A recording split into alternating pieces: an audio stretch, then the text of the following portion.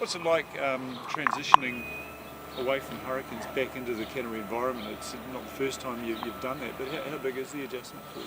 Yeah, I suppose that in terms of like the language that we use for our moves and stuff like that, it takes a couple of weeks to adjust to that. The first week or so, I'm still using stuff I use up there, and people are looking at me a bit stupid, but yeah, it comes on pretty quick. I suppose the nature of the competition, if you don't adjust quick, you're going to be left behind. So yeah, you're going to make sure you do your homework and ready to go sort of from day dot. Well, you've hit the ground running, and you seem to have sort of really taken ownership of that number 6 jersey. How are you feeling about the state of your game at the moment, where you're at?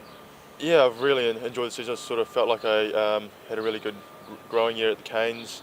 I felt like I put in some good performances, and I knew this Mitre 10 season was a chance for me to really push for that jersey and try get a few more minutes than I had done at the Canes. But in saying that, we've got plenty of competition and depth at Canterbury in that position. Myself, Tom Sanders, Fedu, we're all capable of playing those positions. So it's a matter of putting your hand up every week and performing. Are you signed for Canes again next year?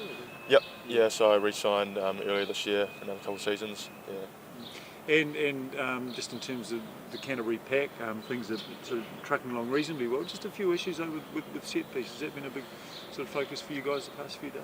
Yeah, it has. Like I felt like we've been growing since that first round. Like you said before, all of us coming together at short notice, like from our super seasons or club seasons, that gelling doesn't happen straight away. So we have to really work on that during the week, and that's something we've put a focus on this week to make sure those combinations and just little 1% standards are really ticking off. So you've spent a few seasons having Rob Thompson as a teammate and I guess a key member of the Canterbury team for a couple of years. What's it sort of going to be like coming up against him in the midfield for Manawatu running at you guys? Yeah, he's playing good footy too.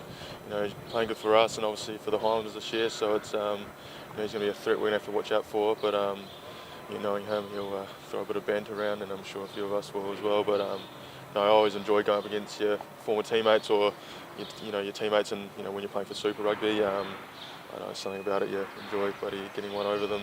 Yeah. A few texts gone back and forth, or has it all gone quiet? Oh, not for me, but I can imagine there'll be a few of the boys sending a few messages here and there.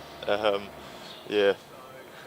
In terms of everywhere you go, there's different voices. You run into different coaches. What's it like being coming in back here and especially as a loose forward working with Ruben Thorne? Yeah, I was fortunate enough to work with Rubes 2011, 2012 at High School Boys. So I've had a bit to do with him in the past, and I really enjoyed his coaching back then, and still do now. It's obviously playing the same position, in a similar mould as well, the way we play. So yeah, I just sort of try to learn as much as I can off him, and whatever he has to offer, I'm always there to listen. Something like that, does that make it easy? When you get that past experience with someone? Definitely. Like obviously Joe Maddock, he's been with the team for a couple of years.